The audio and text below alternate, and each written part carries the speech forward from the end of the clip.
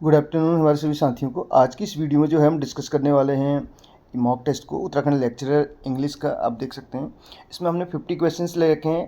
पहले नंबर का क्वेश्चन आपके सामने है और ये एक डेमो उन साथियों के लिए जो भी हमारे जो है मेंबरशिप प्लान के तहत जुड़ना चाहते हैं। तो इसमें अलग अलग लेवल उसमें सेट किए गए हैं। तो हम तो आपसे यही कहेंगे, आप जो है 599 या 799 वाले मेंबरशिप प्लान को एक बार ज़रूर देखिएगा। वहाँ पे आपको अच्छी खासी जो है प्रैक्टिस जो है मिल जाएगी, प्रैक्टिस सेट्स भी। और इसके अलावा जितने भी नीचे के लेवल हैं सब उनके अंतर्गत आ जाएंगे। इसमें आप देखिए पहले नंबर का क्वेश्चन जो है इसमें बोला जा रहा है, who coined the term dissociation of sensibility. Dissociation of sensibility इसमें कहा जा रहा है। तो ये टर्म किसने कॉइन कर रखा है? ये कॉइन कर रखा है, आपको पता होगा, टी.एस. इलियट ने कॉइन कर रखा है। बी ऑप्शन इसका करेक्ट होगा। ठीक है, इसका ऑप्शन नंबर बी करेक्ट हो जाएगा। अब जो एक्सप्लेनेशन यहाँ पे दिया जाएगा उसको आप ज़रूर जो है ध्यान दीजिएगा। इसमें डिसोसिएशन ऑफ सेंसिबिलिटी टर्म जो है ये तो कॉइन किया गया है थॉमस स्टर्न इलियट के द्वारा। इनके फुल नेम की हम बात करें, थॉमस स्टर्न इलियट करके है। और लाइफ स्पैन अगर हम इनकी बात करें 1888 से लेके 1965 जो है इनका लाइफ स्पैन है, ये भी आपको ध्यान रखना है। और इसके साथ साथ अगर बात करें ये जो टर्म है ये कहाँ पे कॉइन कर रखा है, इनका एक ऐसे है। क्या है? इनका एक ऐसे है, निबंध इन्होंने लिखा है ऐसे। तो उसमें ऐसे का नाम क्या है? दी मेटाफिजिकल पोइट्स करके, दी मेटाफिजिकल पोइट्स, मेटाफिजिकल पोएट्स करके है, जो कि कब आ रखा है? 1921 में आ रखा है। मेटाफिजिकल पोइट्स करके जो इनका ऐसे है उसमें ये टर्म जो है हमें देखने को मिलता है, डिसोसिएशन ऑफ सेंसिबिलिटी। अब ये है क्या डिसोसिएशन ऑफ सेंसिबिलिटी की अगर बात करें? जिस टाइप का इस बार पेपर बन रहा है तो कहीं ना कहीं डेप्थ में भी जाएगा थोड़ा बहुत। ठीक, तो आपको खाली ऊपर से ही इसको ध्यान नहीं देना है कि किसने कॉइन कर रखा है। इसका मतलब क्या होता है? देखिए, एक वर्ड होता है एसोसिएशन, एसोसिएट करना, एक होता है डिसोसिएट करना। ठीक है, डिसोसिएट करना कहीं ना कहीं चीज़ों को क्या कर देना, अलग कर देना, सेपरेट कर देना। अब इसकी अगर हम बात करें क्या मतलब है इस डिसोसिएशन ऑफ सेंसिबिलिटी का, जो मेटाफिजिकल पोइट्स थे, जैसे कि मेटाफिजिकल पोइट्स करके इसमें हमने बात की, ऐसे में इन्होंने वो किया था 1921। मेटाफिजिकल पोइट्स की अगर बात करें जिनमें जॉन डन की हम बात करें, जॉन डन जो कि लीडर माने जाते हैं मेटाफिजिकल पोइट्स के। ठीक, तो इनके द्वारा क्या किया जाता था, ये जब पोइट्री यानी कि जब अपनी कविताएं वगैरह लिखते थे तो उनमें इनके द्वारा क्या क्या चीज़ें वो किया जाता था, ये थॉट्स एंड फीलिंग्स को क्या करते थे, यूनाइटेड रहता था इनके। उसमें जो बात करें हमें 3 चीज़ें देखने को मिलती थी। वैसे तो अगर बात करें जिसमें थॉट, इमोशन एंड सेंसेशन करके, ये पॉइंट आप ध्यान रखना, थॉट, इमोशन और तीसरी चीज़ है सेंसेशन। सेंस से ही वर्ड बनता है सेंसेशन। तो इनको यूनाइटेड फॉर्म में ये यूज करते थे। लेकिन जब बाद के जो लेटर पोइट्स थे उन्होंने इन चीज़ों को क्या कर दिया, सेपरेट कर दिया, अलग कर दिया। ठीक है, और क्या करने लगे, वो जो थॉट्स हैं उनको क्या करने लगे, separation of thoughts and feelings. जो फीलिंग्स और थॉट्स हैं यानी कि जो थॉट्स और जो फीलिंग्स हैं यानी कि इमोशंस हैं, इनको अलग अलग करने लग गए थे। इसमें मिल्टन, ड्राइडन हम जैसे कि बात करें, तो ये जो पोइट या जो राइटर्स थे इन्होंने इन चीज़ों को क्या करना स्टार्ट कर दिया, सेपरेट करना स्टार्ट कर दिया। तो इन्हीं चीज़ों को जो है, जो टी.एस. इलियट हैं उन्होंने क्या कह रखा है, डिसोसिएशन ऑफ सेंसिबिलिटी कह रखा है। ठीक है, तो इस चीज़ को आपको ध्यान रखना है। डिसोसिएशन ऑफ सेंसिबिलिटी क्या है? Separation of thought and feelings. Separation किसका होगा? थॉट्स एंड फीलिंग्स का होगा। किसमें? पोइट्री में। जो मेटाफिजिकल पोइट्स थे वो क्या करते थे, जॉन डन की अगर बात करते हैं तो वो इन चीज़ों को यूनाइटेड फॉर्म में रखते थे, थॉट्स, इमोशन एंड सेंसेशन को। लेकिन जो लेटर पोइट्स थे जिनमें हमने बात की, मिल्टन की बात की, हमने ड्राइडन की बात की, तो ये लोग क्या करने लगे, इन चीज़ों को सेपरेट करने लगे। और इन दोनों चीज़ों को, जैसे डन यूनाइटेड फॉर्म में लिखते थे और बाद के पोइट सेपरेटेड फॉर्म में लिखते थे, तो टी.एस. इलियट ने इसको क्या कह दिया, डिसोसिएशन ऑफ सेंसिबिलिटी कह दिया, जो उनके द्वारा जो इन टर्म्स को क्या करना स्टार्ट कर दिया था, सेपरेट करना स्टार्ट कर दिया था। तो ये कहाँ पे इन्होंने कहा, अपने एक ऐसे में कहा था जिसका नाम इन्होंने क्या दिया था, द मेटाफिजिकल पोइट्स करके दिया था 1921 में। अब यहाँ पे कुछ क्वेश्चंस आपके लिए, आप इनको ज़रूर ट्राई कीजिएगा। बेशक आपको यहाँ पे क्वेश्चंस कम देखने को मिलेंगे, लेकिन 50+ क्वेश्चंस आप जो हैं इन क्वेश्चंस के ज़रिए जो है डिस्कस कर सकते हैं। इसमें क्वेश्चन जो आपके लिए है, जो टी.एस. इलियट थे, इन्होंने द वेस्टलैंड लिखा था, द वेस्टलैंड। द वेस्टलैंड से रिलेटेड यहाँ पे 3-4 क्वेश्चन पूछ रहे हैं। एक तो आपको इसका पब्लिकेशन ईयर बताना है, क्या बताना है, कब पब्लिश हुआ। अब इसमें कितने सेक्शंस हैं ये भी आपको बताना है। कितनी इसमें टोटल लाइन्स हैं, लाइन्स कितनी हैं। चौथा, ये किसको डेडिकेटेड है,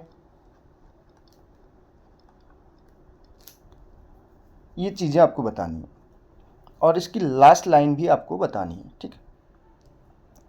और एक चीज़ और इसमें जो हम डिस्कस करना चाहेंगे, देखो पब्लिकेशन से रिलेटेड क्वेश्चन पूछा जा सकता है, सेक्शन कितने हैं ये पूछा जा सकता है, कितनी लाइन्स हैं ये पूछा जा सकता है इसमें, और ये किसको डेडिकेटेड है। ये 4 क्वेश्चन यहाँ पे आपके लिए बन रहे हैं। और इसके अलावा जो है जो टी.एस. इलियट हैं, इनको नोबेल प्राइज़ कब मिल रखा है। टी.एस. इलियट की अगर बात करें तो इनको नोबेल प्राइज़ कब मिला हुआ है, नोबेल प्राइज़। तो ये 4-5 क्वेश्चन आपको यहाँ पे और देखने को मिल रहे हैं। इनके आंसर आप ज़रूर ट्राई कीजिएगा।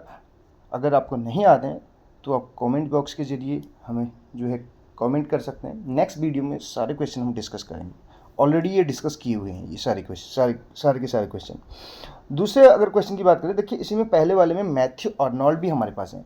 मैथ्यू अर्नोल्ड से रिलेटेड हमने देखिए इनका लाइफ स्पेन बताया था 1888 से लेके जो है 1965।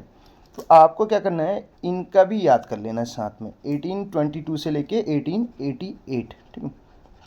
तो ये जहाँ पे इनकी डेथ होती है यहाँ पे इनका जन्म होता है उसी साल में, ऐसे आप को रिलेट कर सकते हैं। दूसरा क्वेश्चन है, the first Gothic novel is, जो फर्स्ट गॉथिक नोवेल है ये कौन सा है।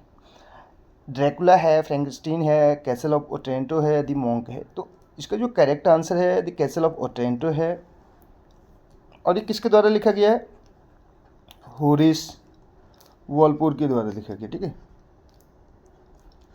होरेस वॉलपोल ने इसको लिखा है, ये भी ध्यान रखना है हमें। अब ये कब जो है पब्लिश हो रखा है, 1764 में, 1764 में, जब बैटल ऑफ बक्सर आपने पढ़ा होगा, बक्सर का युद्ध 1764 में। अब इसमें जो हम बात करें, ये जो गॉथिक नोवेल है, इसमें क्या क्या चीज़ें हमें देखने को मिलती हैं। इसमें हमें देखने को मिलेगी मिस्ट्री। इसके अलावा बात करें तो हॉरर से रिलेटेड तो होता ही इसमें, ठीक है, डरावनी होती हैं, ठीक है। और इसके अलावा अन्य बात करें, सुपर नेचुरल एलिमेंट्स इसमें देखने को मिलेंगे हमें, सुपर नेचुरल एलिमेंट्स इसमें हमें देखने को मिलेंगे। और साथ साथ अगर बात करें तो हॉन्टेड कैसल्स भी इसमें देखने को मिलेंगे, कैसल मीन्स किला, ठीक। इसके अलावा डार्क एटमॉस्फेयर देखने को मिलता है, और फियर एंड सस्पेंस भी देखने को मिलता है। ये चीज़ भी ध्यान रखिएगा, फियर एंड सस्पेंस।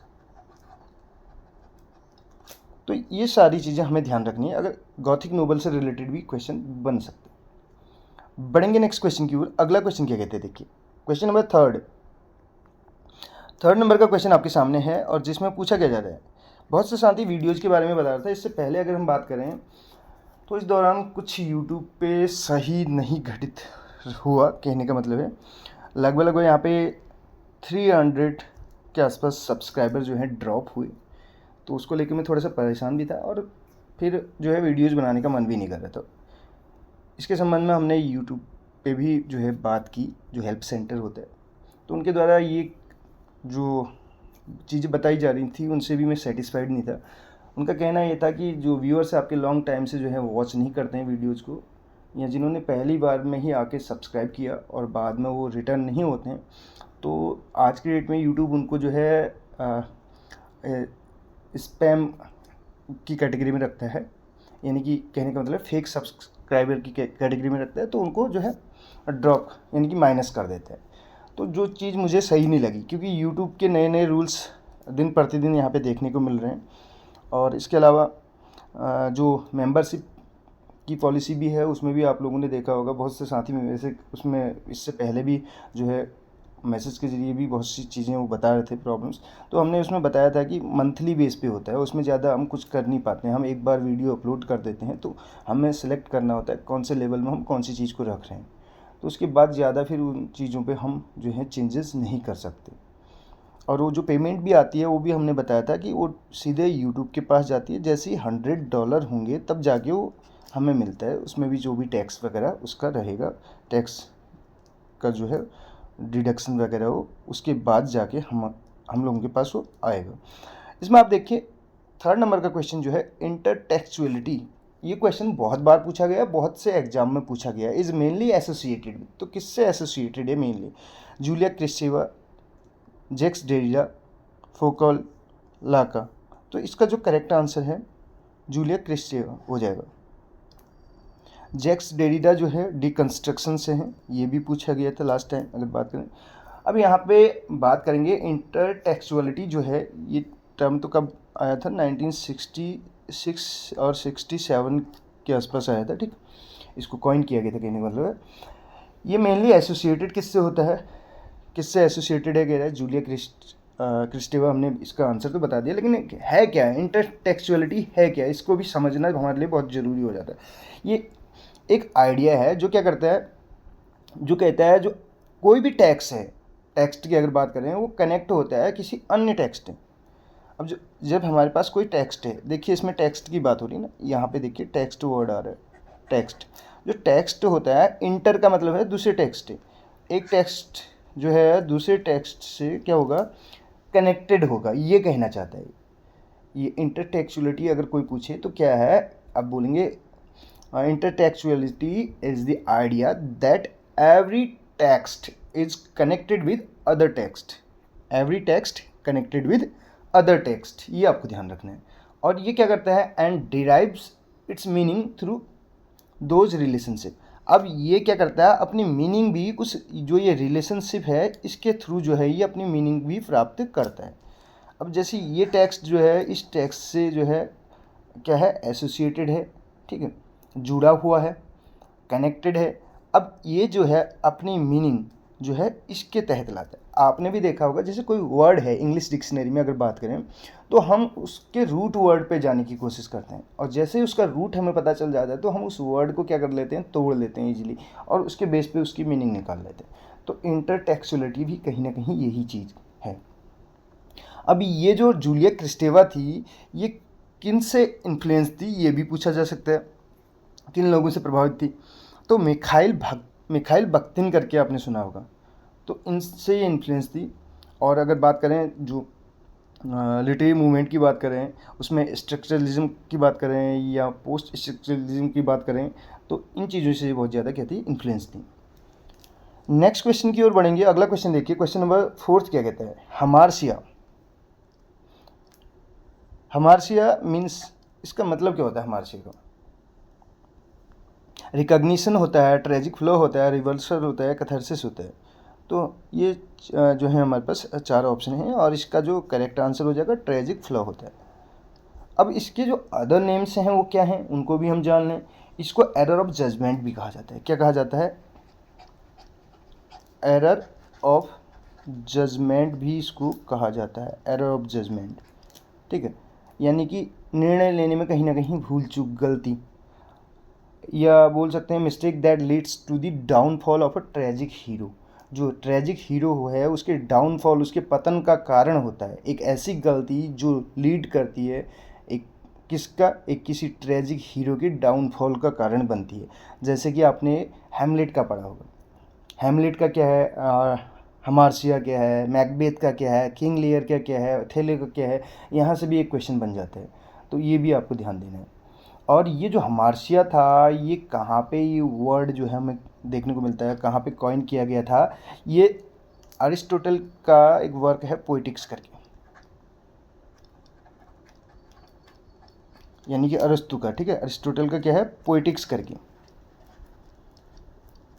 पोइटिक्स करके है, उसमें ये टर्म जो है कॉइन किया गया है, क्या, हमारसिया, जिसका मीनिंग क्या है, tragic flaw, error of judgement, इसको अन्य नामों से भी हम जान सकते हैं।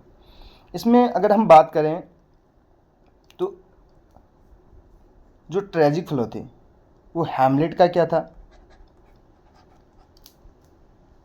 मैकबेथ का क्या था, किंग लियर का क्या था, और इसके अलावा ओथेलो का क्या था। ये 4 ग्रेट ट्रेजेडीज़ हैं विलियम शेक्सपियर की। तो इनके हमारसिया पूछ लिए जाते हैं। हमारसिया मीन्स यहाँ पे जो भी हीरो हैं, जो प्रोटेगनिस्ट है, उसके डाउनफॉल का कारण क्या है। हैमलेट में प्रिंस हैमलेट के डाउनफॉल का कारण क्या होता है, इनडिसिसिवनेस होता है, इनडिसीजन, जिसको हम शॉर्ट में बोल सकते हैं इनडिसीजन, इनडिसिसिवनेस या इनडिसीजन भी हम बोल सकते हैं। इसी को कभी प्रोक्रेस्टिनेशन भी बोल दिया जाता है। प्रोक्रेस्टिनेशन का मतलब है डिलेइंग थिंग्स, चीज़ों को डिले कर देना या टाल देना, ठीक है। यही जो है मेन वो था क्या, इसके डाउनफॉल का कारण। दूसरा मैकबेथ का क्या है, मैकबेथ का क्या था, एम्बिशियस होना, एम्बिशन इसका जो है, इसका ट्रेजिक फ्लो है। और किंग लियर की बात करें तो किंग लियर का जो है पूछ लिया जाए कि इसका हमारसिया क्या है किंग लियर का, तो किंग लियर का क्या होगा, प्राइड हो जाएगा। प्राइड के साथ साथ हम बोल सकते हैं या पुअर जजमेंट, जो इसकी डॉटर्स होती हैं 3, तो अच्छे से रीड नहीं कर पाता है, ठीक है ना। नेक्स्ट देखिए अथेला की अगर बात की जाए तो इसमें क्या हो जाएगा, जेलसी, या बोल सकते हैं जो एक्सेसिव ट्रस्ट था इसका किस पे, इयागो पे, वो इसका डाउनफॉल रहा।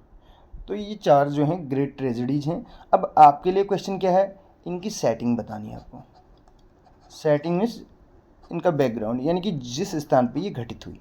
हैमलेट की क्या है, मैकबेथ की क्या है, किंग लियर की क्या है, ओथेलो की क्या है, ठीक। और इनके सोर्सेज भी बताने हैं आपको, इनके सोर्सेज क्या हैं, ठीक। ये क्वेश्चंस अगर आप तैयार कर लेते हैं डेफिनेटली एक क्वेश्चन यहाँ से बनेगा। नेक्स्ट क्वेश्चन की ओर बढ़ रहे हैं। अगला क्वेश्चन देखिए, इसी में हमारे पास जो है कैथारसिस है। कैथारसिस क्या होता है ये भी आपको बताना है, ठीक है।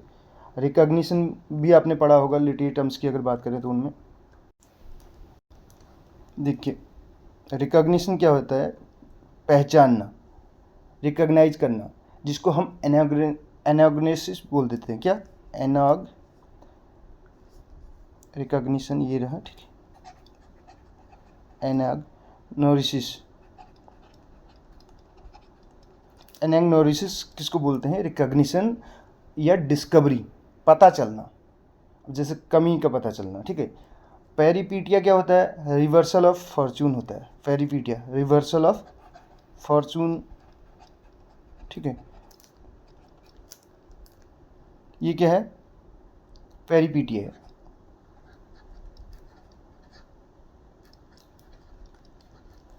कैथारसिस क्या होता है, कैथारसिस होता है purification of PT and fear, purification of PT and fear. Tragic flow की हम ऑलरेडी बात कर चुके हैं। तो ये 4 वर्ड हमें ध्यान रखने हैं और यहाँ से भी क्वेश्चन डेफिनेटली बनता है। निगेटिव कैपेबिलिटी की बात की जाए, ऑलरेडी इस पे हमने एक वीडियो बना रखी है डिटेल में, उसको आप ज़रूर वॉच कीजिएगा।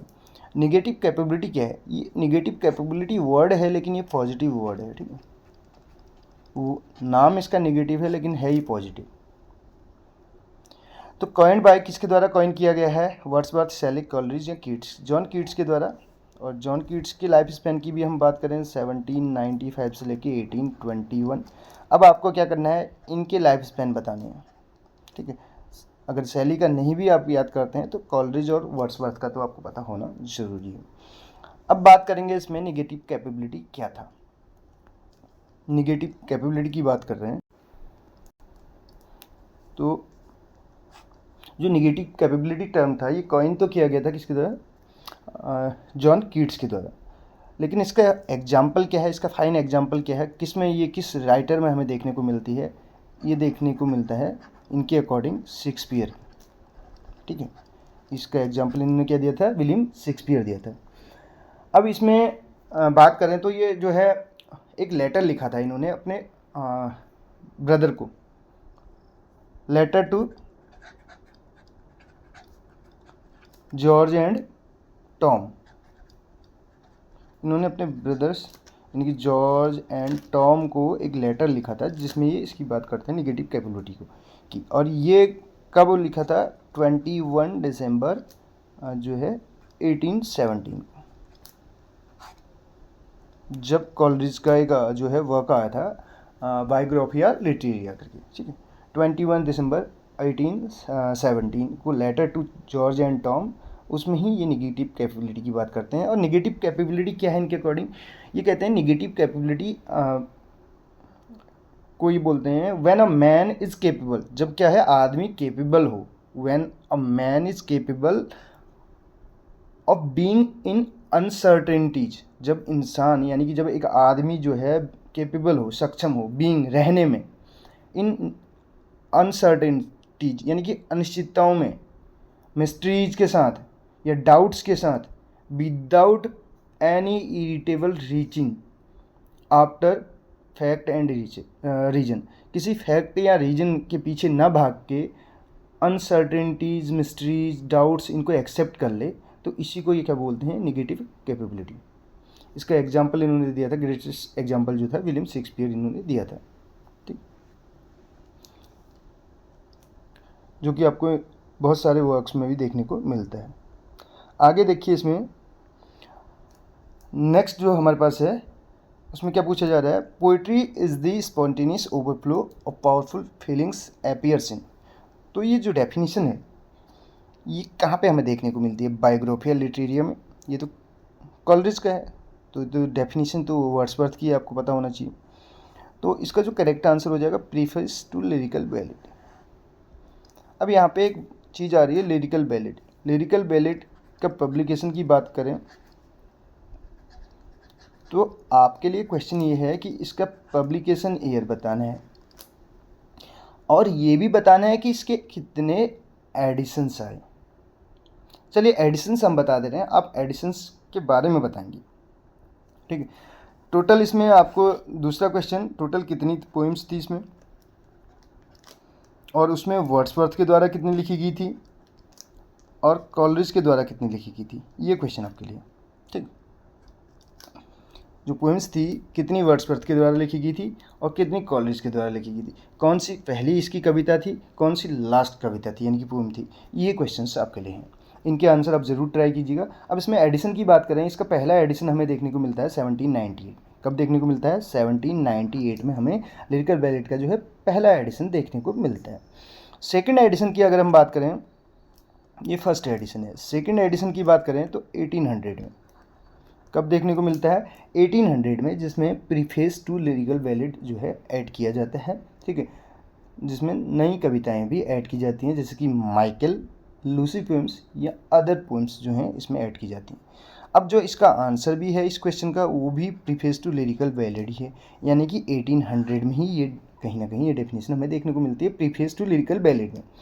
अब जो प्रीफेस है इसको फिर एक्सपेंड कर दिया जाता है। एक्सपेंडेड प्रीफेस की बात करें तो वो कहाँ पे हमें देखने को मिलेगा? थर्ड एडिशन जो इसका आता है 1802 में आता है। कब आता है? 1802 में आता है। और 1802 में जो है इसको क्या कहा जाता है? मैनिफेस्टो ऑफ रोमांटिसिज्म कहा जाता है। क्या कहा जाता है? मैनिफेस्टो ऑफ रोमांटिसिज्म कहा जाता है। ये भी आपको ध्यान रखना, मैनिफेस्टो ऑफ रोमांटिसिज्म। किस वाले को? 1802 की हम बात कर रहे हैं। इसके अलावा बात करें इसका फोर्थ एडिशन कब आता है? फोर्थ एडिशन आता है 1805 में, जिसमें क्या किया जाता है? रिवीजन हमें देखने को मिलता है। 1805 में ही अगर बात करें विलियम वर्ड्सवर्थ के पर्सपेक्टिव से, तो इनका जो एक वर्क था प्रील्यूड करके, वो भी 1805 में रिटन है। अब देखिए प्रील्यूड की हम बात कर रहे हैं, आपके लिए क्वेश्चन ये है कि इसमें टोटल बुक्स कितनी थी। दूसरा रिटन तो हमने बता दिया, ठीक है, रिटन 1805 में है। और ये पब्लिश जो है ये कब है? 1850 में है, पोस्ट्यूमसली। और ये पब्लिश किसने करा रखा है ये आपको बताना है। पब्लिश किसने कराया है वो आपको बताना है। इसका सबटाइटल भी आपको बताना है, प्रील्यूड का सबटाइटल क्या है। सारे क्वेश्चन हमने डिस्कस किए हुए हैं, ऐसा नहीं कि आपसे पूछे जा रहे हैं। हमारी पुरानी वीडियोज आपने देख रखी हैं तो 100% आप इनकी आंसर दे पाएंगे और डेफिनेटली आपको यहाँ से क्वेश्चन देखने को मिलेंगे। इस वीडियो को आप जो है सेव कर लीजिएगा और इससे रिलेटेड जितने क्वेश्चन हैं उनको नोट डाउन कर लीजिएगा। एग्जाम के बाद आप ज़रूर जो है बताइएगा कि कितने क्वेश्चंस इस वीडियो से आपको देखने को मिले। हम सिर्फ यहाँ पे अभी जो है 10 क्वेश्चंस ही आपको देखने को मिलेंगे, क्योंकि ये मॉक जो है ये हम इसको जो है अपलोड करेंगे वहाँ पे, जो हमारा लेवल जो है जो 799 वाला है उसमें आपको देखने को मिलेगा 50 क्वेश्चन हैं इसमें। लेकिन यहाँ पे जो 10 क्वेश्चन आपको यहाँ पे डिस्कस किए जा रहे हैं, इनके जरिए मैंने कहा था कि आपको 50+ क्वेश्चन यहाँ पे देखने को मिलेंगे, उससे ज़्यादा ही क्वेश्चन पहुँच रहे हैं। आप एक बार इनको नोट डाउन करिए, उसके बाद देखिए कि 50+ क्वेश्चन आपको यहाँ पे देखने को मिलेंगे। और अगर आपको इन क्वेश्चन के आंसर आ रहे हैं तो कहीं ना कहीं आप अपने आप को एक अच्छे उसमें कंडीशन में मान सकते हैं। ठीक है, आपकी प्रिपरेशन एक मतलब ठीक ठाक चल रही है, इसको आप कंसिडर करते हुए आगे बढ़ सकते हैं। इसी में अगर बात करें तो प्रील्यूड का सबटाइटल हमने पूछा, कितनी बुक्स हैं टोटल इसमें, किसने इसको पब्लिश कराया, 1850 में पब्लिश कराया, ये तो पोस्ट्यूमसली पता है। पोस्ट्यूमसली का मतलब क्या होता है, पोस्ट्यूमसली वर्ड आता है तो after the death of writer या ऑथर, जो ऑथर है उसकी डेथ के बाद। तो विलियम वर्ड्सवर्थ की हमने बात की तो 1770 से लेके 1850 है। अब जो विलियम वर्ड्सवर्थ हैं ये पोइट लॉरेट भी रहे, कब से कब तक रहे और किसके बाद रहे और इनको किसने फॉलो किया, इनके बाद कौन रहे, इनकी डेथ के बाद, ये क्वेश्चन जो आपको इनके आंसर भी बताने हैं। तो आपके लिए क्वेश्चन से यहाँ पे बहुत जो है वो किए जा रहे हैं, तो इनके आंसर आप ज़रूर ट्राई कीजिएगा। अगर आपको आंसर नहीं आते हैं तो आप फिर से कह रहा हूँ कमेंट बॉक्स के ज़रिए एक कमेंट कर सकते हैं कि आपको इन क्वेश्चंस के आंसर्स को जो है फाइंड आउट करने में दिक्कत आ रही है या इनके आंसर देने में दिक्कत आ रही है। तो नेक्स्ट वीडियो में आपको डेफिनेटली ये सारे क्वेश्चंस वहाँ पे दिख जाएंगे, इनके आंसर्स भी मिलेंगे। बढ़ेंगे नेक्स्ट क्वेश्चन की ओर। डोवर बीच की बात चल रही है, किसकी बात चल रही है, डोवर बीच की। हमने जो है 4th एडिशन बताया, 5th एडिशन बताना हम भूल गए थे उसका। 5th एडिशन जो है, 5th एडिशन की अगर बात करें 1815 में, ठीक है, ये पब्लिश किया गया था वर्ड्सवर्थ के द्वारा अकेले, ठीक है, और जिसमें इन्होंने क्या किया था, क्लासिफिकेशन ऑफ पोएम्स, जो क्लासिफिकेशन था पोएम्स का वो यहाँ पे देखने को मिलता है। अब एक क्वेश्चन आपके लिए है कि इन्होंने पोएटिक डिक्शन जो है कहाँ पे इसके बारे में बात करते हैं और कहाँ पे इस चीज़ को रिजेक्ट कर देते हैं फिर ये पोएटिक डिक्शन को, ठीक है, ये भी आपके लिए है। नेक्स्ट क्वेश्चन आपके सामने है और जिसमें पूछा क्या जा रहा है, Dover Beach was written by, तो किसके द्वारा लिखा गया, Matthew Arnold, Tennyson, T S. Eliot या डब्ल्यू. यीट्स। ये जो है डोवर बीच की बात करें तो मैथ्यू आर्नोल्ड की है, ठीक है, इनका वर्क है। अब यहाँ पर आपको क्या करना है, ये जो 4 के 4 हैं इनका लाइफ स्पैन आपको बताना है, ठीक है, 2 के हम ऑलरेडी बता चुके हैं, 2 के आपको बताना है। अब इसमें से आपको बताना है कि मैं आपको बता दूँ इनको नोबेल प्राइज़ भी मिला हुआ है, ये लास्ट के जो 2 हैं इनको नोबेल प्राइज़ भी मिला हुआ है और ये कब मिला है ये भी आपको बताना है। देखिए आप अगर इन क्वेश्चंस के आंसर दे पाते हैं ना, डेफिनेटली आपके बहुत सारे क्वेश्चंस जो हैं यहाँ से रैंडमली आपको देखने को मिलेंगे, ठीक। और ये जो हैं ये पोइट लॉरिएट हैं, ये क्या रहे हैं, पोइट लॉरिएट हैं, लॉन्गेस्ट पीरियड के लिए रहे हैं, विक्टोरियन एज के रिप्रेजेंटेटिव पोइट हैं। पोइट लॉरिएट कब से कब तक रहते हैं ये आपके लिए, और लाइफ स्पैन तो आपको बताना ही है 4 के 4 जो ऑप्शन हैं इनके बेस। देखिए इसी में अगर बात करें तो डोवर बीच जो है मैथ्यू आर्नोल्ड के द्वारा लिखा गया है। अब ये किस पे आधारित है और कब ये पब्लिश हो रखा है, तो ये इसके पब्लिकेशन की बात करें तो 1867 हमें देखने को मिलता है। इसका अगर जॉनरा की बात करें तो ये ड्रामेटिक क्या है, एक लिरिक है, ड्रामेटिक लिरिक पोएम की बात चल रही है, ठीक है, या फिर इसको मेडिटेटिव पोएम भी बोल देते हैं। क्या बोल देते हैं, मेडिटेटिव पोएम भी इसको बोल देते हैं। लिखा किसके द्वारा गया है, मैथ्यू आर्नोल्ड के द्वारा लिखा गया है। लाइफ स्पैन हमें पता है, मैथ्यू आर्नोल्ड ही वो व्यक्ति हैं जिन्होंने टच स्टोन मेथड भी कॉइन कर रखा है। क्या, टच स्टोन। अब ये टच स्टोन क्या है ये भी आपको पता होना चाहिए, टच स्टोन मेथड क्या है हमने ये डिस्कस कर रखा है, एक डिटेल्ड वीडियो आपको देखने को मिलेगी UPLT ग्रेड वाले इसमें, तो अब ज़रूर उसको वॉच कीजिएगा। एक स्टोन है जिस पे टच करके पता किया जाता है कि उसकी क्वालिटी का अंदाज़ा लगाया जाता है। एक पत्थर ऐसा होता है उस पर आप किसी चीज़ से मार्क करेंगे तो वो अपना उस पर निशान छोड़ेगी। अगर छोड़ने में सक्सेसफुल है तो उसको गुड पोइट्री की कैटेगरी में रखते हैं। तो इन्होंने यही चीज़ के बारे में वहाँ पे बात कर रखी है। ठीक, टच स्टोन मेथड दे रखा है इन्होंने। अब कौन से वर्क में इनके हमें देखने को मिलता है, ठीक है, कहाँ पे टच स्टोन मेथड का जिक्र करते हैं, ये भी आपको उसी वीडियो में डिटेल में मिल जाएगा। अब बात करें मैथ्यू अर्नोल्ड की, तो ये थे सन। किसके सन थे ये सन थे टॉमस अर्नोल्ड के, डॉक्टर टॉमस अर्नोल्ड के सन थे। जो कि टॉमस अर्नोल्ड की बात करें तो ये हेडमास्टर ऑफ रग्बी स्कूल थे। हेडमास्टर ऑफ रग्बी स्कूल कौन थे ये? हेडमास्टर थे। कौन से स्कूल के? रग्बी स्कूल के। रग्बी चैपल करके भी आपने इनका एक वो देखा होगा इससे रिलेटेड, रग्बी स्कूल। ठीक है, तो इसके अलावा अगर हम मैथ्यू अर्नोल्ड की बात करें, तो इनके फादर की हमने बात की। मैथ्यू अर्नोल्ड की बात करें तो ये प्रोफेसर थे, professor of poetry at Oxford university. कौन कहाँ क्या थे ये? प्रोफेसर ऑफ पोइट्री थे, प्रोफेसर ऑफ पोइट्री थे ये ऑक्सफोर्ड यूनिवर्सिटी में। ठीक है, कहाँ पे थे? ऑक्सफोर्ड यूनिवर्सिटी में। और कब से कब तक रहे ये भी पूछा जा सकता है। तो 1857 से लेके 67 तक, यानी कि जब इन्होंने इसको लिखा था डोवर बीच को, ठीक है, तब तक के। तो जो है यहाँ पे प्रोफेसर थे। इसके अलावा इनको मेजर विक्टोरियन क्रिटिक भी कहा जाता है। क्या कहा जाता है? मेजर विक्टोरियन एज के थे, तो मेजर विक्टोरियन क्रिटिक भी इनको कहा जाता है। अब विक्टोरियन एज का टाइम पीरियड आपको बताना है। विक्टोरियन एज का अगर टाइम पीरियड आपको बताना है कि क्या इसका टाइम पीरियड है, इनको एक और इनके लिए बहुत ही इंपॉर्टेंट पॉइंट है जिसको नोट डाउन कर सकते हैं, सेज ऑफ विक्टोरियन एज कहा जाता है। The sage of Victorian age, ऐसे पॉइंट आपको सिर्फ साइंस इंग्लिश क्लासेज में ही मिल सकते हैं। The sage of Victorian age भी इनको कहा जाता है। आज संडे का दिन है तो थोड़ा सा समय मिल पा रहा है, तो इसलिए हमने सोचा था क्यों ना एक जो है ऐसी वीडियो बनाई जाए जिससे कि काफ़ी हद तक हमारे साथियों का रिवीजन भी हो जाए, जो चीज़ें पास में जो हैं पढ़ी हुई हैं। इनकी डेफिनेशन थी एक, आपने पढ़ी होगी, poetry is the criticism of life. Poetry is criticism of life कहा था इन्होंने। क्या कहा था इन्होंने? Poetry is criticism of life बोला था। Poetry is criticism of life कहा हुआ था, ये डेफिनेशन उन्होंने दी थी। ठीक है, पोइट्री के संबंध में। और ये कहाँ पे दी थी? ये दी थी इन्होंने स्टडी ऑफ पोइट्री में।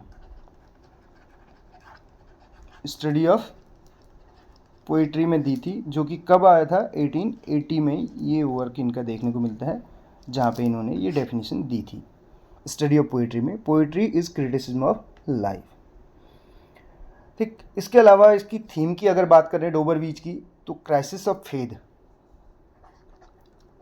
क्राइसिस ऑफ फेथ करके आपको देखने को मिलेगा, या loss of faith, loss of religious faith, ये क्वेश्चन भी पूछा गया है। लॉस ऑफ फेथ में लिख दे रहा हूँ यहाँ पे, रिलीजियस फेथ, आप ध्यान दीजिएगा। अब क्या याद रखिएगा? Loss of religious faith in modern age. ठीक, तो क्राइसिस ऑफ फेथ या सी ऑफ फेथ करके भी आपको देखने को मिल सकता है। सी ऑफ फेथ, ये इसकी थीम है। या ह्यूमन माइजरी, या नीड फॉर लव, ये सारी चीज़ें हैं। ठीक है, इनके अलावा बात करें तो जो मैथ्यू अर्नोल्ड थे, इनके कुछ और वर्क भी थे। सोहराब एंड रुस्तम, सोहराब एंड रुस्तम, तो ये किस वर्क पे आधारित है ये आपको बताना है। सोहराब एंड रुस्तम, ठीक है, 1853 में आ रखा है, ये तो हम बता दे रहे हैं पब्लिकेशन। तो ये किस वर्क पे आधारित है, इससे रिलेटेड क्वेश्चन पूछा गया है। अब देखिएगा उत्तराखंड लेक्चरर में जो प्रीवियस ईयर जो क्वेश्चन जो पेपर हुए हैं उन पे अब जाएंगे तो डेफिनेटली आपको देखने को मिलेगा सोहराब एंड रुस्तम करके। इसके अलावा culture and anarchy, culture and anarchy, ठीक है, ये कब पब्लिश हो रखा है ये आपको बताना है। इसका पब्लिकेशन ईयर बताना है, कल्चर एंड एनार्की का। तो बढ़ेंगे नेक्स्ट क्वेश्चन की ओर। अगला क्वेश्चन देखिए। वीडियो पसंद आ रही हो तो एक लाइक जरूर कीजिएगा। 8 नंबर का क्वेश्चन आपके सामने है, जिसमें कहा क्या जा रहा है, the speaker the love song of JL Alfred Prufrock is. तो इसमें कौन है, स्पीकर कौन है, टायरेसिस है, प्रूफ्रॉक है, जॉनसन है, या फिर स्विनी करके है। प्रूफ्रॉक जो है इसका करेक्ट आंसर हो जाएगा बी। और ये जो है किसके द्वारा लिखा गया है ये पूछा जाएगा। तो इसकी अगर बात करें, टेनिसन का है,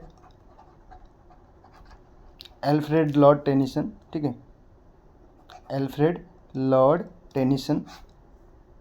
हमने अभी पूछा था इनका जो है ये पोइट लॉरेट कब से कब तक रहते हैं, तो 1850 से 1892 तक के लिए रहते हैं, ठीक। इनका लाइफ स्पेन आपको बताना है। इसके अलावा बात की जाए तो ये जो वर्क है ये कब देखने को मिलता है हमें, 1915 में, 1915 में। कब देखने को मिलता है, 1915 में। तो इसके अलावा बात करें तो इसमें जो है इसकी अगर थीम की बात करें तो इसमें इनडिसीजन करके हमें देखने को मिलेगा, एलिनेशन इसकी थीम है, फियर ऑफ रिजेक्शन भी इसमें है, ठीक है। या अगर बात करें एजिंग करके भी है। तो इसमें जो लाइंस हैं मेन उनकी बात कर लेते हैं। प्रूफ्रॉक कौन है, एक मिडिल एज मैन है, मिडिल एज्ड मैन, ठीक है। अब इसमें ये जो कलेक्शन है ये किस में आ रखा है, इसका जो कलेक्शन बात करें, प्रूफ्रॉक एंड अदर ऑब्जर्वेशन करके है, 1917 है।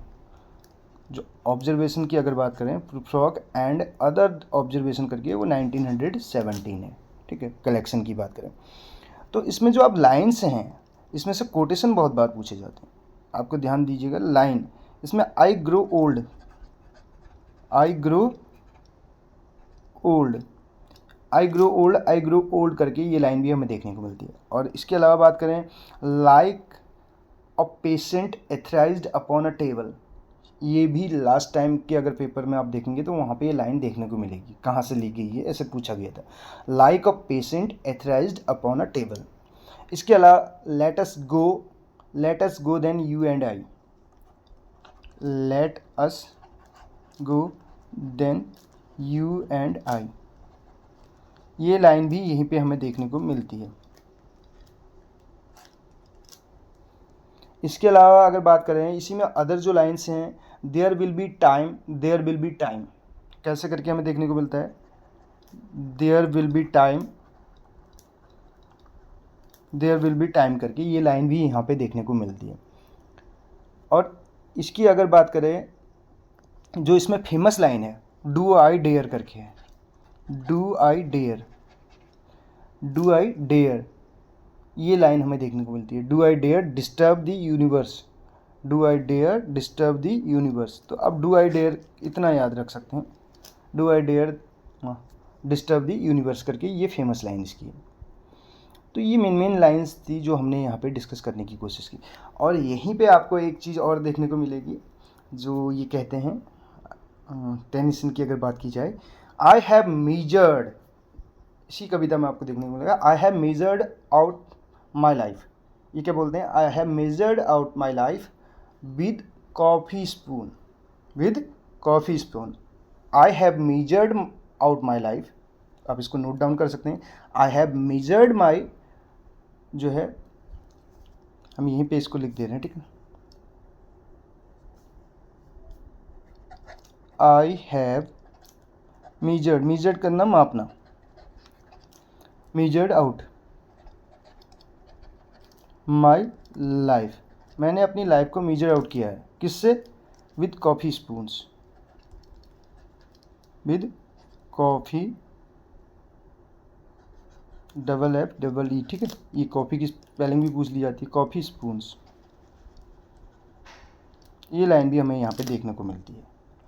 तो ये जो है फेमस लाइन्स हैं, यहाँ से एक लाइन आपको डेफिनेटली देखने को मिल सकती है। बढ़ेंगे नेक्स्ट क्वेश्चन की ओर। अगला क्वेश्चन क्या कहता है, देखिए, इनका ही एक जो है वर्क है जो 1850 में जो है पब्लिश है। 1850 में जितने भी वर्क पब्लिश हो रखे हैं इंग्लिश लिटरेचर में, वो भी हमने डिस्कस किए हैं, उनको भी आप वॉच कर सकते हैं। 5 मिनट की एक वीडियो है जिसमें सारे वर्क हमने बता रखे हैं, 1850 से रिलेटेड सारे मेन पॉइंट्स वहाँ पे हमने डिस्कस किए हुए हैं। अब sailing to Byzantium was written by, next question हमारा है 9th नंबर का जो क्वेश्चन है, उसमें कहा जा रहा है sailing to Byzantium was written by, तो किसके द्वारा लिखा गया है? टॉमस स्टर्न इलियट के द्वारा, विलियम बटलर ईट्स के द्वारा, रॉबर्ट फ्रॉस्ट के द्वारा, स्टीफन स्पेंडर के द्वारा। अब पहला क्वेश्चन जो हमारे पास यहाँ पे है आपके लिए, जो यहाँ पे क्वेश्चन बनता है, तो आपको फिर से इनके लाइफ स्पैन जो है याद होनी जरूरी है। दूसरी चीज़ की अगर बात करें तो रॉबर्ट फ्रॉस्ट, अब इनकी नेशनैलिटी आपको बतानी है, नेशनैलिटी क्या है इनकी, इनकी नेशनैलिटी से रिलेटेड क्वेश्चन बन सकता है। अब रॉबर्ट फ्रॉस्ट को जो है 4 टाइम पुलित्जर प्राइज़ मिलता है, 4 टाइम पुलित्जर प्राइज़ मिलता है। तो कौन कौन से पोइट्री कलेक्शंस हैं वो आपको बताना है, या कौन कौन से ईयर में मिले हुए। नेक्स्ट की अगर बात करें तो इसका जो करेक्ट आंसर हो जाएगा वो क्या हो जाएगा? सेलिंग टू बाइजेंसियम हो गया W. ईट्स का। और W. ईट्स को जो है नोबेल प्राइज़ मिला हुआ है, आपको पता होना चाहिए 1923 में इनको नोबेल प्राइज़ भी मिला हुआ है। इनका द सेकंड कमिंग भी है। ठीक, इसी में अगर अदर पॉइंट्स की बात करें, सेलिंग टू बाइजेंसियम में ये जो पब्लिकेशन ईयर है इसका कब है? 1928 है, 1928। अब कहाँ पे ये पब्लिश होती है? ठीक है, कौन से कलेक्शन में? द टावर करके। और ये भी कब आ रखा है? 1928 में ही है। ठीक, उसमें ही ये हमें देखने को मिलती है। इसके स्ट्रक्चर की बात करें, इसमें 4 स्टेंजाज हैं। कितने हैं? 4 स्टेंजाज हैं इसमें, 4 स्टेंजा हैं। ठीक है, और 4 स्टेंजा की बात करें, जो ईच स्टेंजा इसका है उसमें 8 लाइन्स हैं। इसमें 4 स्टेंजा हैं और हर एक में कितनी लाइन है?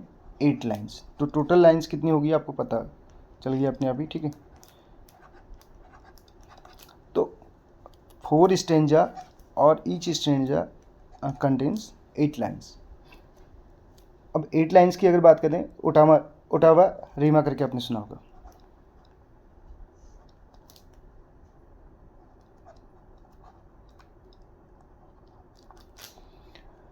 तो इसकी ओपनिंग लाइन की बात कर लेते हैं हम। ओपनिंग लाइन क्या है? That is no country for old man, that is no country for old man, no country for old man करके जो है इसकी लाइन है। ठीक है, दैट इज ओपनिंग लाइन की बात कर रहे हैं हम। कौन सी लाइन है ये? ओपनिंग लाइन है, that is no country for old man. बात चल रही है सेलिंग टू बाइजेंसियम की। अब जो बाइजेंसियम है इसमें, ये कौन सी सिटी है? बाइजेंसियम की बात करें तो एंशियंट, प्राचीन अगर बात करें, कॉन्स्टेंटिनोपोल सुना होगा आपने, कुस्तुनतुनिया। ठीक है, फॉल ऑफ कॉन्स्टेंटिनोपोल कब हुआ था ये आपको बताना है। एंशियंट कॉन्स्टेंटिनोपोल की बात करें तो इसमें जो जिसको अभी क्या कहा जाता है मॉडर्न, उसमें इस्तांबुल कहा जाता है। किस नाम से जाना जाता है? इस्तांबुल। तो ये है बाइजेंसियम यानी कि एंशियंट कॉन्स्टेंटिनोपोल, जो कि मॉडर्न में क्या है अभी वर्तमान में अगर बात करें तो इस्तांबुल। ठीक है, इस्तांबुल करके सुना होगा आपने। तो ये मेन हमने वो किए। इसमें सिंबल की अगर बात की जाए, गोल्डन बर्ड का जिक्र आपको देखने को मिलेगा, इटर्नल आर्ट का यहाँ पे जिक्र होगा। तो ये सारी चीज़ें हमने यहाँ पे डिस्कस कर ली। अब बढ़ेंगे नेक्स्ट क्वेश्चन की ओर। अगला क्वेश्चन देखिए, 10th नंबर का क्वेश्चन है। 10th नंबर का क्वेश्चन क्या कहते हैं? कमला दास की जो ऑटोबायोग्राफी है वो क्या है? Summer in Calcutta, Alphabet of Lust, My Story, Descendant. तो जो इसका करेक्ट आंसर हो जाएगा माई स्टोरी हो जाएगा। अब इनके अगर पब्लिकेशन की बात कर लें एक एक करके, ठीक है, तो ये आपको बताना है Summer in Calcutta, Alphabet of Lust. ठीक है, माई स्टोरी की हम बात करें तो 1976 में है। इंग्लिश में अगर बात करें तो ओरिजिनली अगर उसकी बात करें तो एंते कथा करके आपने सुना होगा, एंते कथा, मलयालम में 1973। इंग्लिश इसी का ट्रांसलेशन है जो है माई स्टोरी 1976। ठीक है, ये आपको ध्यान रखना है, ऑटोबायोग्राफिकल है। इसके अलावा कमला दास की अगर हम बात करें तो ये कन्फेशनल पोइट हैं। कन्फेशनल पोइट कौन होते हैं इसके बारे में भी हमने ऑलरेडी एक शॉर्ट वीडियो बनाई है 2 से 3 मिनट की, उसमें डिटेल में बताया हुआ इसके बारे में। कमला दास के अगर जो मलयालम में इनका जो नेम हुआ करता था, तो ये तो इंग्लिश नेम हुआ करता था, ठीक है, इंग्लिश में राइटिंग्स के लिए कमला दास इन्होंने यूज़ किया था। मलयालम में इनको माधवीकुट्टी।